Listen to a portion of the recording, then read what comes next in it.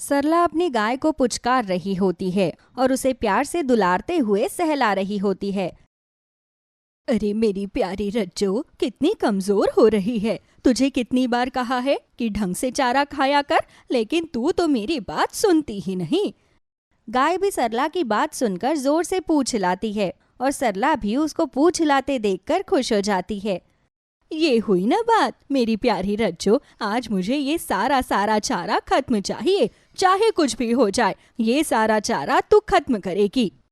सरला वहां से उठ जाती है। सरला बहुत ही बूढ़ी थी, लेकिन उसके पास बहुत सारा धन था। कुछ सालों पहले उसका बेटा प्रदीप और उसकी बहू पारुल उसे घर से निकाल देते हैं।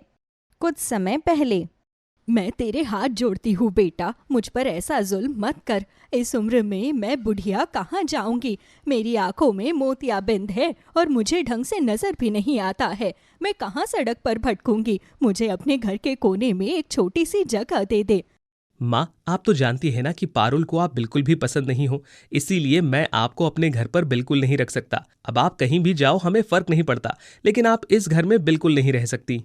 हाँ जी, मैं भी तो आपके भरोसे घर छोड़कर आई हूँ। मुझसे ये बुढ़िया और नहीं देखी जाती। सारा दिन बस किसी आलसी जानवर की तरह घर में पड़ी रहती है और खाती रहती है। कुछ सालों के बाद इसका शरीर भी काम करना बंद कर देगा, तो इसकी सेवा कौन करेगा? बहू, तुझसे सेवा करवाने से अच्छा है मैं मर जाऊंगी, लेकिन मैं तुझे कभी भी कोई दुख और तकलीफ नहीं दूंगी। बस मुझे इस घर में रहने दो। मैं जमाने को क्या मुंह दिखाऊंगी कि मेरे बेटे बहू, जिनकी तारीफ करते हुए मेरी जुबान नहीं थकती थी, आज उन्होंने मुझे घर से निकाल दिया। ये सब बताने की जरूरत नहीं है बुढ़िया। हम बोल देंगे कि तुम किसी तीर्थ यात्रा पर निकल गई हो। अब चुपचाप यहाँ से चली जाओ, वरना मैं तुम्हें धक्के मार कर निकालूंगी। इस तरह सरला को उसके बेटे और बहू घर से निकाल देते हैं। अब सरला जंगल में ही एक झोपड़ी बनाकर रहने लगती है।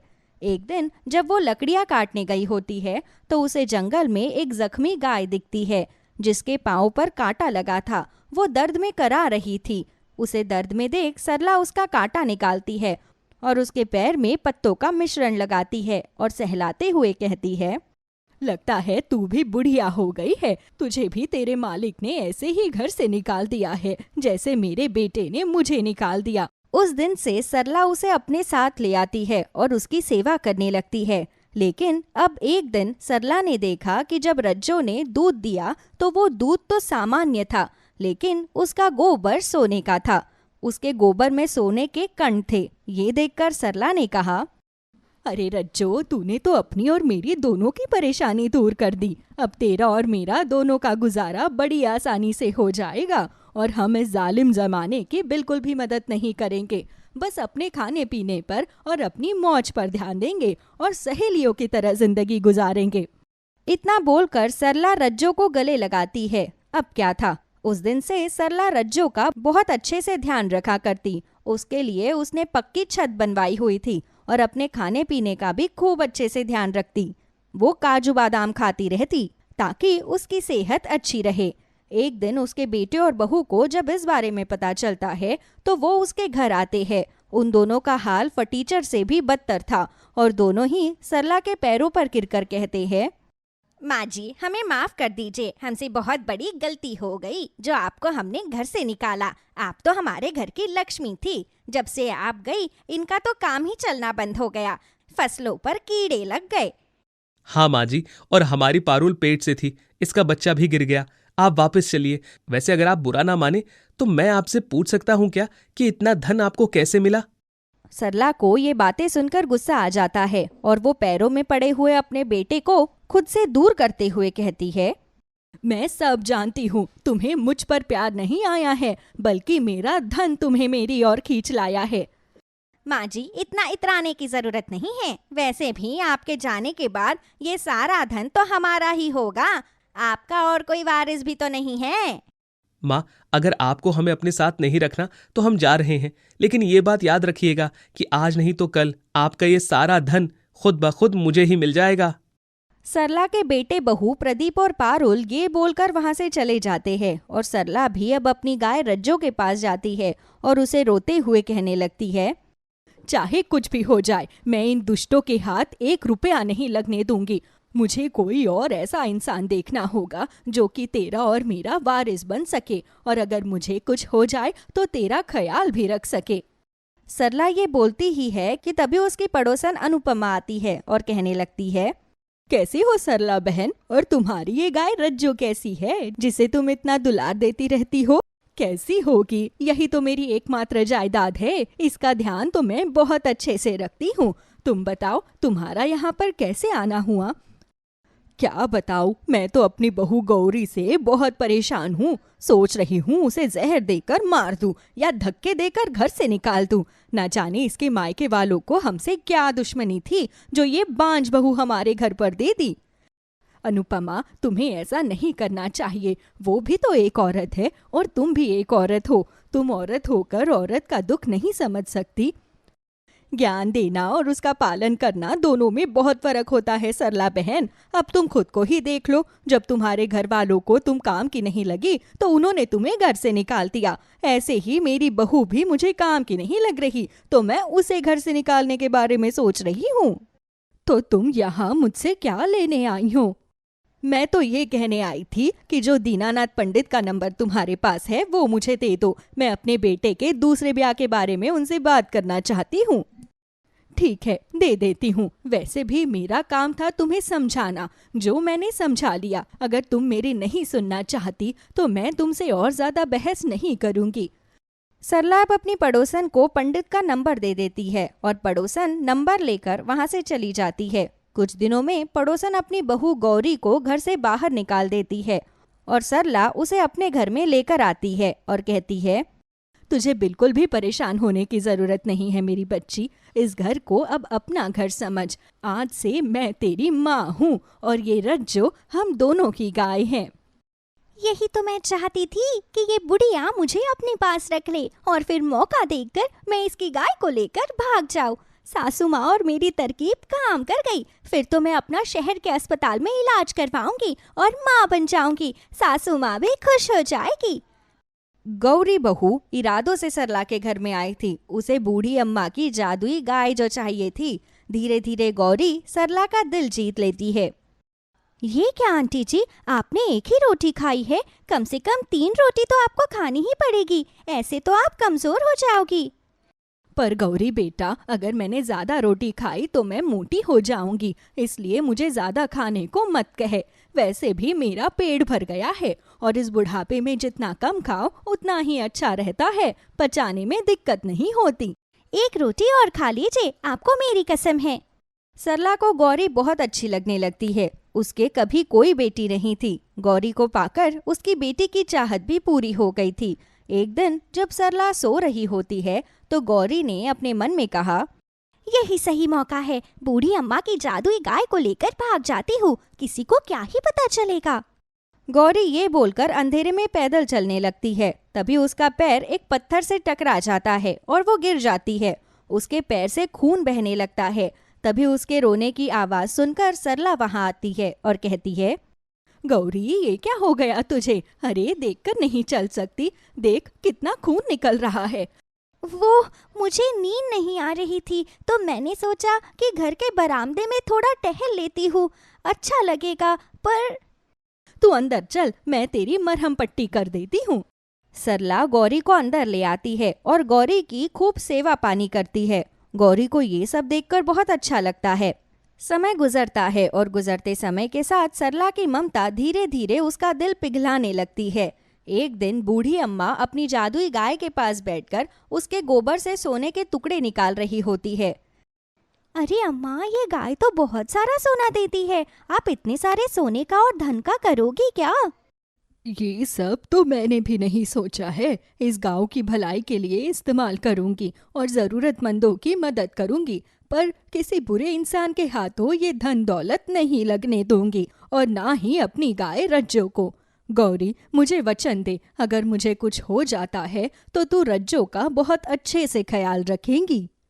ये सुनकर गौरी की आंखें नम हो जाती है कि सरला उस पर कितना विश्वास करती है।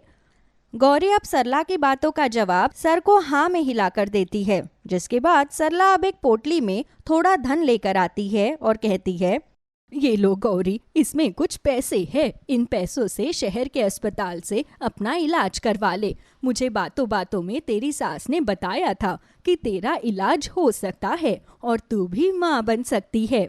माँ बनने की खुशी क्या होती है ये मैं अच्छे से जानती हूँ। भले ही औलाद जैसी भी निकले, पर माँ बनने की खुशी हर औरत को मिलनी चाहिए और ये खुशी मैं तुझे जरूर दिलवाऊंगी। गौरी को बहुत बुरा लगता है कि वो इतनी भली औरत के साथ कितना बड़ा पाप करने चली थी।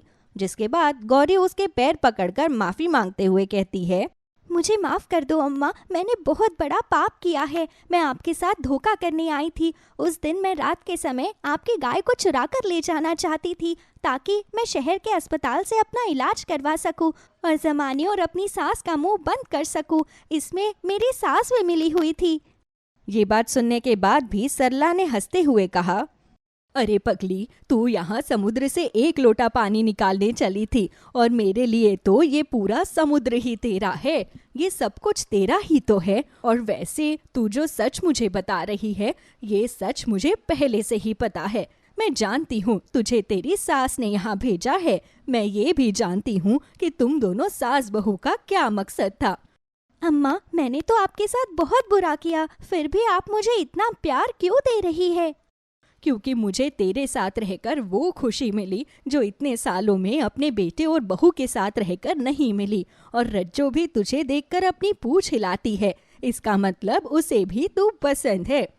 तूने जो भी किया वो जमाने के तानों से तंग आकर किया। मुझे तुझसे कोई शिकायत नहीं।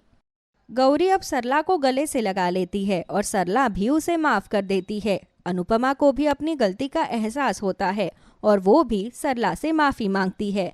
गौरी अब अपनी सास के पास वापस चली जाती है और शहर के अस्पताल से अपना इलाज करवाकर बांझ होने का कलंक भी अपने सर से हटा लेती है और अम्मा अपनी जादुई गाय के साथ खुशी खुशी रहती। बनारसी अपनी बहन बसंती के गांव जा रहा था। उसे उसके ससुराल में बुलाया गया था। वो मन ही मन परेशान था कि ना जाने बहन की ससुराल में क्या हो गया है। बहन के घर जाने से पहले ही एक घर के बाहर उसने 2 गाय और 1 बैल को बंधा देखा। एक आदमी उस बैल को बहुत बुरी तरह मार रहा था। वो अपनी रस्सी खूंटे से छुड़ाने की कोशिश कर रहा था। भाई साहब, ये सीधा साधा बैल आपको क्या कह रहा है? आप इसे क्यों मार रहे हैं? ये तो बेचारा वैसे ही इतना कमजोर है। चलो चलो अपना काम करो। मेरा बैल मैं जो कुछ भी करूं। नहीं नहीं भाई साहब, बेजुबान को मत मारो। देखो तो इसके शरीर की खाल तक उधेड़ दी है तुमने। अगर तुमसे ये पाला नहीं जा रहा तो मैं इसे ले लूंगा। मैं यहाँ अपनी बहन के घर किसी काम से आया हूँ। जाते समय मैं ये बैल आपसे ले लूंगा। पूरे 1000 रुपए लूंगा। बनारसी कुछ देर सोचता है और फिर हाँ बोल देता है। फिर वो अपनी बहन बसंती के घर जाता है, जहाँ उसकी सास उससे कहती है, बेटा बनारसी, तुम भी सोच रहे होगे कि अचानक से यूं क्यों बुला लिया है। बेटा, तुम तो जानते ही हो कि किशोर का काम धंधा मंदा पड़ा हुआ है। अब लोग नए नए तरह का सामान मांगने लगे हैं जो उसकी दुकान पर नहीं है। मैं चाहती थी कि अगर तुम अपने जीजाजी की थोड़ी मदद कर दो। नहीं नहीं, हम कोई दहेज नहीं मांग रहे हैं या हम तुमसे पैसा लेकर खाने वाले नहीं हैं। जब किशोर के पास पैसे होंगे वो तुम्हें लौटा देगा। बस तुम उसे पैसे उधार दे दो। बाहर से लगा तो ब्याज देना पड़ेगा। ये तो आपसदारी की बात है। वो तो कोई बात नहीं मौसी, लेकिन अगर मोटा मोटा बता देती तो कितने पैसों की जरूरत है? बस बेटा, यही कोई 1-1.5 लाख रुपए का इंतजाम हो जाता। तभी बसंती भी अपने भाई के लिए चाय पानी लेकर आ गई। 1-1.5 लाख रुपए का नाम सुनकर उसके चेहरे का रंग उड़ गया। वो अपने भाई की तरफ देख रही थी और बनारसी अपनी बहन की तरफ। 4 साल हो गए हैं बसंती की शादी को। आज तक इसके ससुराल वालों की तरफ से मैंने कोई भी बुरी बात नहीं सुनी है। क्या पता सचमुच में ही पैसों की जरूरत हो। अब उनका सबसे करीबी रिश्तेदार भी तो मैं ही हूँ, पर 1-1.5 लाख रुपए, ये तो बहुत बड़ी रकम हो गई। मैं कहाँ से लेकर आऊं? क्या जवाब दूं? क्या हुआ बनारसी बेटा, तुम तो चुप हो गए। हाँ ना, कुछ तो बोलो। मौसी, रकम बड़ी है। कुछ दिन का टाइम मिल जाता तो मैं कुछ ना कुछ बंदोबस्त कर लेता। हाँ हाँ बेटा, क्यों नहीं, 1 हफ्ते का समय ले लो। बनारसी जेब में अपने हाथ से टटोलता है तो उसे कुछ मोटा मोटा लगता है। वो हाथ जब बाहर निकालता है तो देखता है उसमें 500 रुपए की 2 गड्डी रखी है। वो हैरान हो जाता है। फिर वो चुपके से उन पैसों को गिनता है तो वो पूरे 1 लाख थे। ये सब क्या हो रहा है? मेरी जेब में 1 लाख कहाँ से आ गए? ऐसा करता हूँ, ये बसंती की सास को दे देता हूँ। क्या हुआ भैया, तुम्हारा चेहरा सफेद क्यों पड़ रहा है? तुम्हारी तबीयत तो ठीक है ना? बनारसी अपने आप को संभालता है और फिर वो 1 लाख रुपए निकालकर बसंती की सास के हाथ पर रख देता है। मौसी, कुछ कुछ आभान तो मुझे ही हो गया था, इसलिए थोड़े से पैसे हैं, अभी इसे काम चलाओ, फिर बाद में देख लूंगा। अरे बेटा, तूने तो सचमुच में हमारी कितनी बड़ी परेशानी हल कर दी है, पर तू इन्हें ये मत समझना कि हम अपने पास रख लेंगे। जैसे ही किशोर का काम अच्छा होगा मैं तेरे सारे पैसे लौटा दूंगी। मौसी, तो बिल्कुल भी टेंशन मत ले, आराम से काम देखो अपना। बसंती मेरी बहन, बहुत देर हो गई है, मुझे एक काम और है, मैं चलता हूँ। बनारसी वहां से निकलकर उस आदमी के पास जाता है। वो लहूलुहान खड़े हुए बैल के पास जाकर उसके शरीर पर हाथ फेरने लगता है। तभी वो आदमी बनारसी को देखकर बाहर आता है। ला भाई, दे 1000 रुपए में ले जा इसको। हाँ भाई, तूने तो इसका बहुत ही बुरा हाल कर दिया है, कम से कम एक बाल्टी पानी इसे पिला तो दे, मेरा गांव दूर है, तब तक बेचारे में थोड़ी जान आ जाए। बनारसी अपने कुर्ते की दूसरी जेब में हाथ डालता है जहाँ 500 रुपए रखे हुए थे, लेकिन जब वो उसमें से हाथ बाहर निकालता है तो उसमें पूरे 1000 रुपए थे। आखिर ये मेरे साथ हो क्या रहा है? इस जेब में से 1000 निकले, इसमें तो मैं 500 रख कर लाया था, मुझे अच्छी तरह याद है, फिर ये 1000 रुपए कहाँ से आ गए? लगता है भगवान भी चाहता है कि मैं ये बैल खरीद लूं। वो आदमी पानी लेकर आता है। बैल सारा पानी पी लेता है। तब बनारसी 1000 रुपए उसके हाथ पर रखकर बैल को लेकर चल देता है। वो बीच बीच में रुक जाता, फिर उस बैल के जख्मों पर हाथ फेरता। फिर वो एक खेत के पास रुक जाता है, वहां से हरा चारा तोड़कर उस बैल को देता है और वहां से सूखी मिट्टी उठाकर उसके जख्मों पर लगा देता है। जालिम इंसान, बेजुबान जानवर को कितनी बुरी तरह मारा है, उसे तो नर्क में भी जगह न मिले। बनारसी को घर पहुंचते पहुंचते रात हो जाती है। वो आंगन में उस बैल को बांधकर अंदर आता है और अपनी पत्नी से कहता है, सुन, जो जानवरों को चोट लगने पर लेप लगाई जाती है वो तैयार कर दे और थोड़ा सा गुनगुना पानी भी दे दे। अरे आते ही ना पानी पिया ना बात करी, किसके लिए चाहिए लेप? रास्ते में एक आदमी अपने बैल को बहुत बुरी तरह मार रहा था, बहुत जख्मी कर दिया था, मैं उसे ले आया हूँ, उसी के लिए चाहिए। अच्छा रुको, मैं अभी लेप तैयार करती हूँ और गुनगुना पानी भी देती हूँ। इतने तुम उसे थोड़ा हरा चारा खिलाओ और पानी पिलाओ। कविता गुनगुना पानी लेकर और लेप लेकर बाहर आती है। वो बैल को देखकर रो पड़ती है। उसका सारा शरीर जख्मी पड़ा हुआ था। फिर दोनों पति पत्नी मिलकर उसके जख्मों को साफ करते हैं और उस पर लेप लगा देते हैं। फिर बनारसी बहुत देर तक उसके माथे पर हाथ फेरता रहता है। कविता भी उसकी गर्दन को सहला रही थी। वो बारी बारी से कभी बनारसी के कंधे पर अपना कंधा रख देता तो कभी कविता के सर पर। कविता, खाना बना रखा है, बहुत तेज भूख लगी है, और एक काम कर, कुछ रोटी गुड़ के साथ इसको भी दे दे।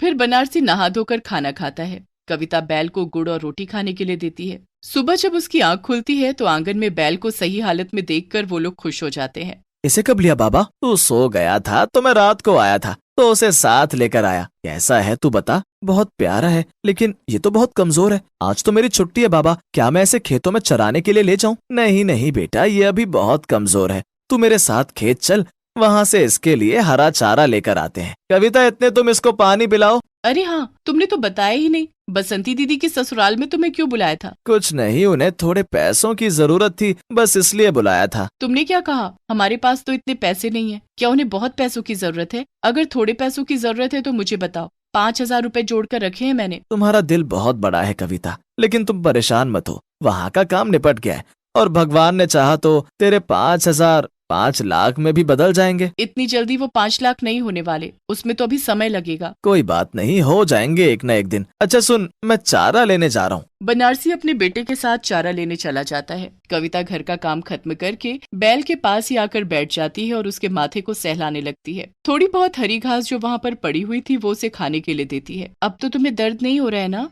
कल तुम्हारी हालत देखकर तो मैं डर गई थी। तुम किस तरह मार खाते थे उससे। बड़ा ही निर्दयी इंसान था, दया नहीं आई उसे तुम पर। तभी बाहर एक आदमी बैल के गले में बांधने वाली घंटी बेच रहा था। कविता ने उसे देखा और रोक लिया और फिर वो अपनी अलमारी के पास आई जहाँ उसने वो पैसे रखे हुए थे। उसने जैसे ही अलमारी खोली, वहाँ ढेर सारे पैसे देखकर वो एकदम से पीछे हट गई। फिर इधर उधर देखा, फिर अलमारी में देखा, वहाँ पर बहुत सारे पैसे रखे हुए थे। हे भगवान, ये मैं क्या देख रही हूँ? इतने सारे पैसे मेरी अलमारी में कहाँ से आ गए? कविता भागकर बाहर आती है और उस घंटी वाले से बोलती है, अभी तो मेरे पास पैसे नहीं है, तुम घंटी दे दो, मैं कल पैसे दे दूंगी, वरना तुम कल आ जाना, मैं कल लेकर दे दूंगी। अरे मेरा तो यहाँ से रोज का आना जाना है, तुम घंटी ले लो, पैसे कल दे देना। कविता उससे घंटी लेकर बैल के गले में बांध देती है और मन ही मन सोच रही होती है, क्या कोई चोर मेरे घर में पैसे रखकर चला गया है? कहीं कोई मुझ पर इल्जाम लगाने के लिए तो ये सब करके नहीं गया। इतना सारा पैसा तो मैंने अपनी जिंदगी में भी एक साथ नहीं देखा। ये कैसा चमत्कार है? भगवान हमें किसी मुसीबत में मत फंसाना। थोड़ी देर बाद बनारसी अपने बेटे के साथ हरा चारा लेकर आ जाता है। तब कविता उसका हाथ पकड़कर उसे अलमारी के पास लेकर जाती है और अलमारी खोलकर दिखाती है। वहां पूरी तिजोरी पैसों से भरी हुई थी। मैं सच कहती हूँ, मेरे पास सिर्फ 5,000 रुपए थे, एक आधा कम ज्यादा होगा। जब मैं यहाँ पर घंटी खरीदने के लिए पैसे लेने आई तो ये पूरा भरा हुआ था। पैसे देखने के बाद बनारसी उन पैसों को गिनने के लिए बैठ जाता है। वो पूरे 5 लाख रुपए थे। फिर उसे समझते देर नहीं लगी कि उसे जब भी जितने भी पैसे की जरूरत है उतने ही पैसे उसे मिल रहे हैं, या जितने ही पैसे वो मुंह से बोल रहा है उतने ही पैसे मिल रहे हैं। मैं समझ गया कविता, आखिर ये चमत्कार क्यों हो रहा है। तुम्हें पता है ये चमत्कार इस बैल की वजह से है। ये कोई साधारण बैल नहीं है। तुम्हें पता है बसंती के घर पर भी मुझे 1 लाख रुपए देने थे और मेरी जेब में 1 लाख रुपए थे। जब मैं इस बैल को खरीद रहा था तो मेरे पास 500 रुपए थे, लेकिन जब मैंने जेब से पैसे निकाले तो 1,000 रुपए निकले। अभी मैंने तुमसे कहा था कि ये 500 5 लाख में बदल जाएंगे, और देखो ये 5 लाख में बदल गए। वो दोनों भागकर बैल के पास जाते हैं और उसे गले से लगा लेते हैं। उसके बाद बनारसी को कभी भी पैसे की कमी नहीं रहती। जादुई बैल उनकी हर ख्वाहिश पूरी कर देता। ललिता एक गरीब औरत थी। वो लोगों के घरों में झाड़ू पोछा का काम कर अपने दोनों बच्चों को पाल पोस रही थी। उसके पति का निधन काफी समय पहले हो गया था।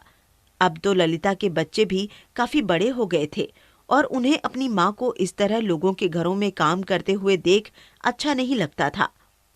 माँ, आज तुम कहीं नहीं जाओगी, यहीं घर पर रहोगी।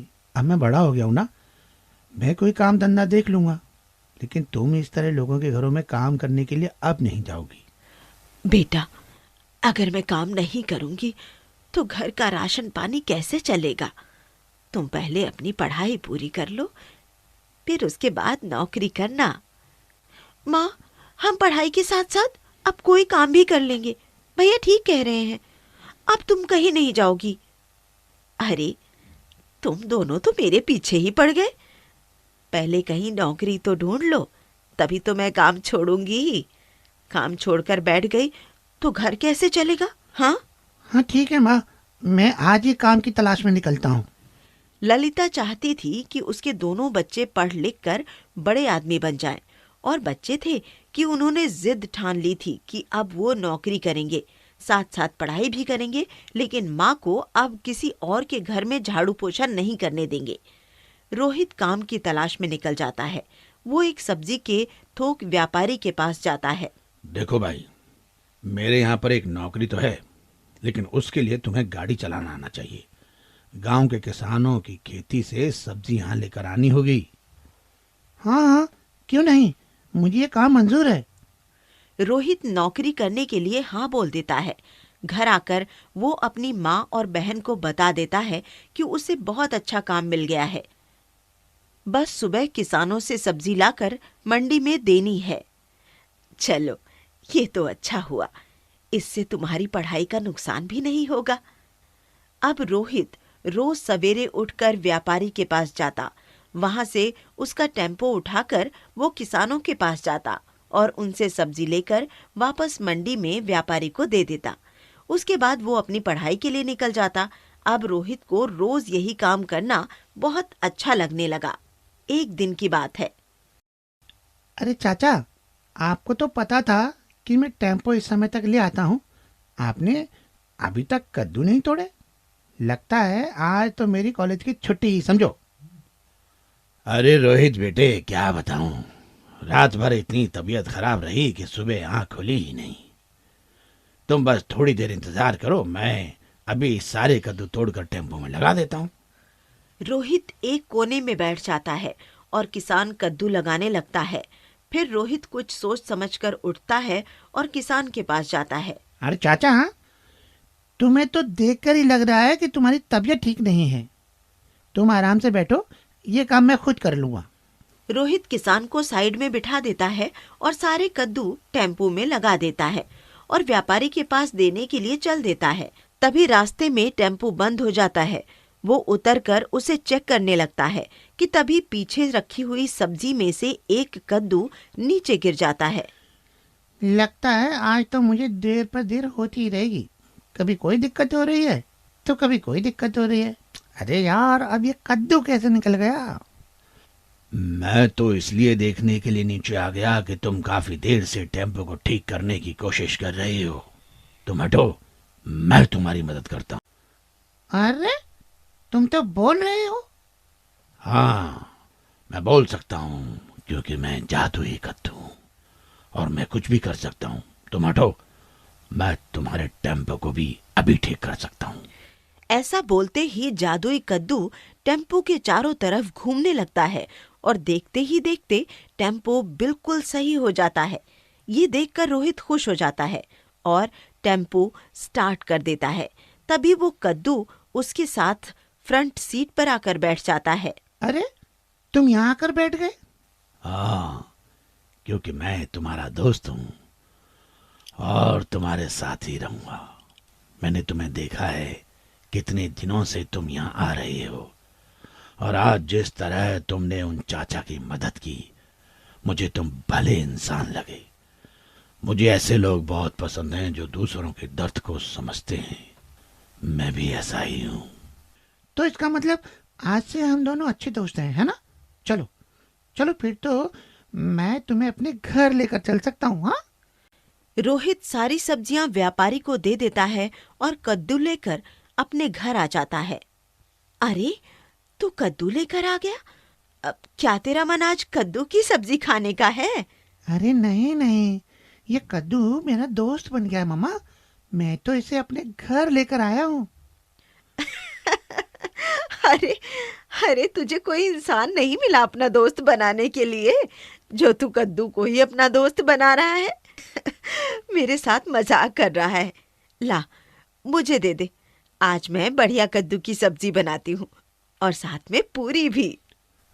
अरे अरे रोहित, देखो देखो, तुम्हारी माँ क्या कह रही है। वो तो मेरी सब्जी बनाने के पीछे ही पड़ गई है। माँ जी, माँ जी, अरे मैं जादुई कद्दू हूँ, अब मेरी सब्जी मत बनाना प्लीज। कद्दू को बोलता हुआ देखकर ललिता घबरा जाती है। ललिता को इस तरह डरा हुआ देखकर कद्दू हंसने लगता है। अरे डरो नहीं, मैं जादुई कद्दू हूँ माँ जी। लोगों की मदद करता हूँ। आज से मैं रोहित का दोस्त भी हूँ। तभी वहां सोनिया आ जाती है और कद्दू को बोलता हुआ देखकर हैरान हो जाती है। बोलने वाला जादुई कद्दू! अरे वाह भैया, जादुई कद्दू! हम नहीं चाहते कि हमारी माँ काम करे, पर हमें पढ़ाई भी करनी है, जिसके लिए हम भाई बहन बहुत मेहनत कर रहे हैं। भाई को कितना काम करना पड़ रहा है। देख रही हूँ आजकल वो पढ़ाई भी ढंग से नहीं कर पा रहा है। क्या इसके लिए तुम हमारी मदद कर सकते हो? तुम लोगों का आपसी प्यार देखकर तो मेरा बहुत कुछ करने का मन कर रहा है। तुम सबको एक दूसरे की कितनी फिक्र है। तुम लोग दूसरों की भी कितनी फिक्र करते हो। तभी जादुई कद्दू में से सोने के कुछ सिक्के बाहर निकलकर गिर जाते हैं। ये लो, ये सोने के सिक्के हैं। इन्हें बेचकर तुम अपनी जरूरत के काम को निपटा सकते हो। अरे वाह, सोने के सिक्के! लेकिन जादुई कद्दू, अगर तुम इसी तरह सिक्के देते रहे तो कहीं ऐसा ना हो कि रोहित और सोनिया दोनों नकारे हो जाएं। मुझे तो ऐसा नहीं लगता। मुझे तो दोनों समझदार लगते हैं और मुझे लगता है ये दोनों इन पैसों का सही इस्तेमाल करेंगे। क्यों रोहित, क्या मैं झूठ बोल रहा हूँ? नहीं नहीं मेरे दोस्त, मैं इन पैसों का कभी भी गलत इस्तेमाल नहीं करूँगा। इसका इस्तेमाल मैं अपनी और सोनिया की पढ़ाई पर करूँगा। मैं जानता हूँ, तुम कभी भी कोई गलत काम कर ही नहीं सकते। अब तो ललिता और उसके बच्चों की काया पलट हो गई। वो सोने के सिक्के बेचकर पैसे लेकर आ गए। दोनों भाई बहन दिल लगाकर पढ़ाई करने लगे। जब भी पैसों की कमी होती, जादुई कद्दू उन्हें फिर कुछ सोने के सिक्के दे देता। देखते ही देखते 2 साल निकल जाते हैं। दोनों भाई बहन की पढ़ाई भी खत्म हो जाती है। रोहित को एक अच्छी जगह नौकरी मिल जाती है। अरे वाह रोहित, तुम तो सूट बूट में बहुत जच रहे हो। वाकई बहुत कमाल लग रहे हो। आज मेरी नौकरी का पहला दिन है और आज इस मुकाम पर मैं केवल तुम्हारी वजह से पहुंच पाया हूँ। तुम मेरी मदद ना करते और ना ये सब कुछ हो पाता। हाँ जादुई कद्दू, ये सब तुम्हारी वजह से ही हो पाया है। मेरा बेटा कामयाब हो गया। रोहित अब बड़े ऑफिस में काम करने लगा। तनख्वाह भी बहुत अच्छी थी। थोड़े ही दिनों में उन्होंने सोनिया के लिए एक अच्छा परिवार देख उसकी शादी कर दी। वही एक दिन बातों बातों में सोनिया अपने पति को बता देती है कि उनके पास एक जादुई कद्दू है। अरे, तो फिर तुम उस कद्दू को अपने साथ लेकर क्यों नहीं आई? हाँ, क्या तुम्हें मेरी बिल्कुल ही फिक्र नहीं है? क्या तुम नहीं चाहती कि तुम्हारा पति बड़ा आदमी बन जाए? सोचो, कद्दू से हम कितना सारा सोना ले सकते हैं और फिर हमारे पास एक बड़ा घर भी होगा और बड़ी गाड़ी भी होगी। वो सब तो ठीक है, लेकिन वो कद्दू मेरे भाई का दोस्त है। वो मेरे परिवार की मदद करता है। मैं उसे यहाँ कैसे ला सकती हूँ? अच्छा, तो ये मतलब हुआ कि तुम मुझसे प्यार नहीं करती हो, है ना? तुम्हें मेरी बिल्कुल भी परवाह नहीं है। सोनिया सोच में पड़ जाती है।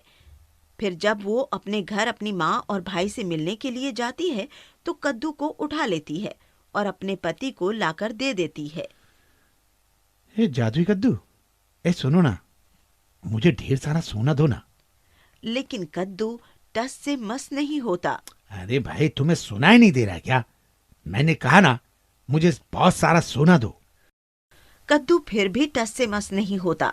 सोनिया का पति गुस्से में कद्दू को उठाकर जमीन पर पटक देता है। ये तुमने क्या किया? ये मेरी बात ही नहीं सुन रहा था। जाओ, इसे वापस अपने भाई को देकर आ जाओ। जाओ, अब मैं भी देखता हूँ कि ये कैसे तुम्हारे भाई की मदद करता है। सोनिया बहुत पछताती है और रोते रोते सारे टूटे हुए कद्दू को एक कपड़े में डालकर अपने भाई के पास ले जाती है। सोनिया, अगर कद्दू से मदद चाहिए थी तो मुझे बता देती मेरी बहन। देखो तो तुम्हारे पति ने इसकी क्या हालत कर दी है। भाई, मैंने तो उन्हें ऐसे ही बता दिया था। मुझे थोड़े पता था कि उनके मन में इतना लालच आ जाएगा। भाई, मुझे माफ कर दो।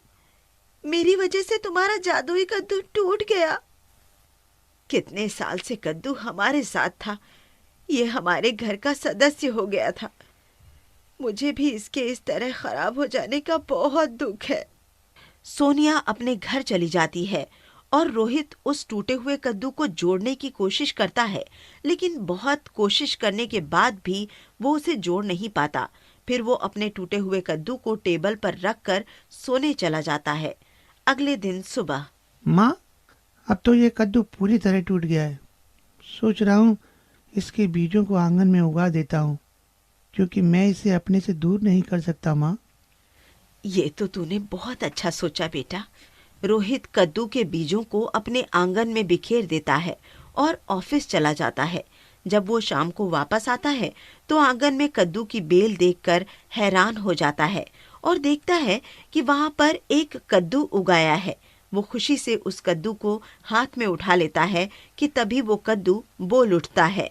ए रोहित, मेरे दोस्त, तुम्हारे जीजा ने मुझे पटक डाला कि मैं तुम्हें कभी बता ही नहीं पाया। अगर तुम मेरे बीजों को उगा दोगे तो मैं फिर से जीवित हो उठूंगा, लेकिन तुमने मेरे बीजों को आंगन में उगा के सही फैसला लिया। रोहित वापस अपना जादुई कद्दू पाकर बहुत खुश हो जाता है।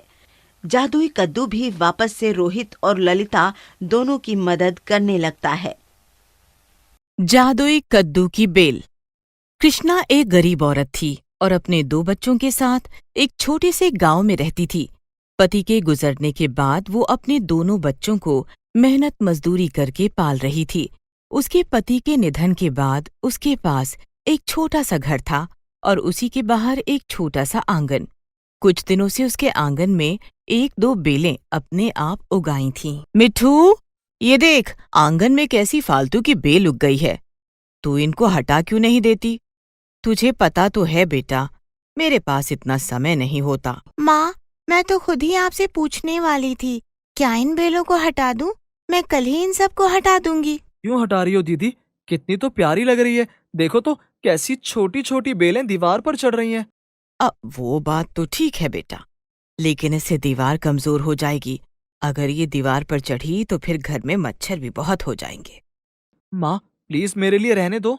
कृष्णा अपने बेटे के सर पर हाथ फिराती और मिट्ठू से कहती कि कल बेले हटा देना। अगले दिन सुबह कृष्णा दोनों बच्चों को घर पर छोड़कर काम के लिए निकल जाती है। मिट्ठू सारे घर का काम खत्म करने के बाद आंगन में आकर उन बेलों को खोदकर निकालने लगती है, लेकिन बहुत मेहनत करने के बाद भी वो उन बेलों को नहीं निकाल पाती। दीदी, आपने अपना पूरा दिमाग लगा लिया, पूरी हिम्मत लगा दी, लेकिन इनको टस से मस नहीं कर पाई। क्यों इनके पीछे पड़ी हो? छोड़ दो ना, अच्छी तो लग रही है। चुप हो जा सोनू, एक ही रट लगा रखी है। मत हटाओ मत हटाओ, ये तो वैसे भी नहीं हट रही है। मैंने पूरी हिम्मत से इसको खींच लिया है और अब तो मुझे बहुत गुस्सा भी आ रहा है। तो फिर तुम इतनी हिम्मत लगा क्यों रही हो? छोड़ दो इन्हें। मिट्ठू थक हार कर घर के अंदर चली जाती है। बेलें पूरी तरह खिली हुई थीं, ना वो मुरझाईं और ना ही मिट्ठू के खींचने पर निकलीं। शाम को जब कृष्णा घर आती है तो उन बेलों को बाहर लगा हुआ देखकर वो मिट्ठू के ऊपर गुस्सा करने लगती है। ये सब क्या है? छोटा सा काम बताया था तुम दोनों को, तुमसे वो भी नहीं हुआ। पूरा दिन घर में तुम दोनों करते क्या रहते हो? माँ, गुस्सा मत हो, आप खामखा गुस्सा हो रही हो। मैंने कोशिश की थी लेकिन वो नहीं निकली। बस करो, तुम दोनों कितना झूठ बोलते हो। वो कोमल कोमल सी बेलें तुमसे नहीं खींची। वो काम मुझे कल सुबह खुद ही करना होगा। कृष्णा बच्चों को खाना खिलाती है और वो तीनों सो जाते हैं। कृष्णा सोच लेती है कि कल काम पर जाने से पहले वो दीवार पर चढ़ रही उन बेलों को हटा देगी। सुबह बच्चों को स्कूल जाना था, वो दोनों स्कूल चले जाते हैं। तब कृष्णा दराती लेकर दीवार के साथ लगी हुई उन बेलों को हटाने लगती है, लेकिन काफी देर हो जाती है। वो उन्हें हटा नहीं पाती। तब उसे किसी की आवाज सुनाई देती है, हमें मत हटाओ, हमें यहाँ पर रहना अच्छा लगता है। हम तुम्हारा कोई नुकसान नहीं होने देंगे, हम तो तुम्हारी मदद करेंगे। आवाज सुनकर कृष्णा घबरा जाती है। वो इधर उधर देखती है। तब एक बेल लहराकर बोलती है, हम कद्दू की बेल हैं, हमें तुम्हारे आंगन में शांति मिलती है। हाँ, तुम बोल रही हो? भला कभी पेड़ पौधे भी बोलते हैं? हम सब जादुई बेल हैं, तुम्हारे आंगन में बड़ी शांति है, इसलिए हम लोगों ने यहाँ पर अपना घर बनाने की सोची। तुम्हें कोई दिक्कत नहीं होगी। हमारे ऊपर जितने कद्दू आए तुम उन्हें बेचकर अपना गुजारा भी कर सकती हो, लेकिन हमें यहीं रहने दो। कृष्णा घबराकर कमरे में चली जाती है। उसके दिमाग में उन बेलों की बातें चल रही थी। वो हैरान थी कि भला पेड़ पौधे भी कभी बातें करते हैं, लेकिन फिर उसे यकीन होता है कि वो तो सचमुच में जादुई बेल है। वो तो बोल सकती है। हिम्मत कर वो बाहर आती है तो सारी बेल खुशी से झूम रही थी। तो वो कृष्णा से कहती है, तुम बस हमें खाद और पानी दो और फिर तुम हमारा कमाल देखना।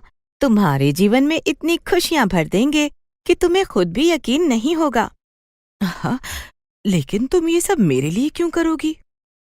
क्योंकि हम जादुई मददगार बेल हैं। हमें जब लगता है कि किसी को हमारी बहुत ज्यादा जरूरत है, हम वहीं उग जाती हैं। मिट्ठू और सोनू हमें बहुत अच्छे लगते हैं। उनकी प्यारी प्यारी बातें सुनकर हम पूरा दिन मुस्कुराती हैं। तुम लोग कितनी अच्छी हो। मैं तुम लोगों को कई दिनों से यहाँ हटाने की कोशिश कर रही थी, फिर भी तुम लोग मेरे यहाँ आंगन में रहना चाहती हो। मुझे माफ करना, मैं कल ही तुम्हारे लिए बढ़िया खाद लेकर आऊंगी। अभी मैं तुम लोगों के ऊपर पानी डाल देती हूँ। कृष्णा अंदर बाल्टी में भरकर पानी लाती है और बेल के ऊपर छिड़क देती है। बेलें खुशी से लहरा जाती हैं। तभी उन पर सुंदर सुंदर छोटे छोटे कद्दू के फूल आ जाते हैं। पूरे आंगन की दीवार बेल से हरी हरी दिखाई दे रही थी और उन पर छोटे छोटे फूल बहुत सुंदर लग रहे थे। दोपहर को जब बच्चे स्कूल से घर आते हैं तो उन्हें पूरा घर का आंगन छोटे छोटे पीले फूलों से ढका हुआ दिखाई देता है। अरे माँ, जब हम सुबह गए थे तो ये बेल बड़ी छोटी थी और अचानक से पूरा आंगन बेल से भर गया और आपने कल मुझे इतनी डांट लगाई और खुद इनको अभी तक नहीं हटाया। हाँ बच्चों, तुम्हारी बात सुनने के बाद मेरा दिल नहीं किया कि मैं उनको यहाँ से हटाऊं। इनकी देखभाल करना, इन पर बहुत सारे कद्दू आएंगे। शाम के समय कृष्णा की एक पड़ोसन, अरे वाह कृष्णा, तूने तो अपने घर में कद्दू की बेल लगा ली। क्या बढ़िया फूल आए हुए हैं। देख लेना, इन पर तो कद्दू भी बहुत अच्छे आएंगे। हम तो पड़ोसी हैं, हमें भी 2-4 कद्दू दे देना। लो, ये भी भला कोई पूछने की बात है। जब भी इस बेल पर कद्दू आएंगे मैं तुम्हें कद्दू जरूर दूंगी। देख लो कृष्णा, तुमने तो ये सारी बेल दीवार पर चढ़ा दी। तुम्हें तो पता है ना कि कद्दू कितने भारी होते हैं। तुम तो देख ही रही हो, मेरा छोटा सा आंगन है। आंगन में अगर बेल फैल जाएगी तो आने जाने का रास्ता भी नहीं रहेगा, कुछ नहीं होगा दीवार को। कुछ दिन बाद ही उन कद्दू के फूलों पर छोटे छोटे कद्दू आ जाते हैं और एक ही रात में देखते ही देखते पूरी दीवार पर मोटे मोटे कद्दू लटक रहे थे। अगले दिन सुबह इतने सारे कद्दू देखकर बच्चे और कृष्णा दोनों हैरान थे। कृष्णा सारे कद्दू बच्चे की सहायता से उतार लेती है और वो अपने घर के बाहर ही कद्दुओं को लगाकर बेचने लगती है। अरे वाह कृष्णा, बहन तुम्हारे कद्दू तो बड़े ही ताजे हैं। क्या भाव दिए? बस भैया, जो मार्केट में रेट चल रहा है उससे 1 रुपए कम दे दो। आस पड़ोस के लोग कृष्णा के पास कद्दू लेने के लिए आते हैं, बिल्कुल ताजे कद्दू, और वो भी मार्केट से कम रेट पर। हाथों हाथ कृष्णा के सारे कद्दू बिक जाते हैं। आज कृष्णा को शाम तक काफी मुनाफा हो जाता है। वो बड़ी खुश होती है और अपने आंगन में आकर, मैं तुम लोगों के लिए कल सुबह ही अच्छा खाद लेकर आऊंगी और मेरी मदद करने के लिए तुम्हारा धन्यवाद। हमें भी तुम्हारी मदद करके अच्छा लग रहा है। तुम्हारा दिल बहुत अच्छा है। तुम चाहती तो अपने ताजे कद्दूओं का रेट ज्यादा कर सकती थी, लेकिन तुम सबके बारे में सोचती हो। ऐसा कुछ नहीं है, बस मैं ये सोचती हूँ कि जब मेरे हालात इतने बुरे हैं तो लोगों को भी मुझे परेशान नहीं करना चाहिए। क्या पता किसके हालात कैसे हैं। तभी दोनों बच्चे बाहर आ जाते हैं। अरे माँ, तुम यहाँ आंगन में खड़ी होकर किससे बात कर रही हो? यहाँ तो कोई भी दिखाई नहीं दे रहा। कुछ नहीं बच्चों, मैं तो बस इन बेलों से बात कर रही थी। अरे माँ, तुम कैसी बातें कर रही हो? भला पेड़ पौधे भी कभी बातें करते हैं? करते हैं बेटा, अगर हम दिल से बात करें तो पेड़ पौधे भी बात करते हैं। चलो अब घर के अंदर चलो, मैं तुम लोगों को अच्छा सा खाना बनाकर खिलाती हूँ। अब तो कृष्णा की जिंदगी एकदम से बदल जाती है। कृष्णा अब कद्दू बेचने का काम करती है। उसके घर में लगी हुई कद्दू की बेल हर वक्त खिली रहती और उन पर रोज ढेर सारे कद्दू होते हैं।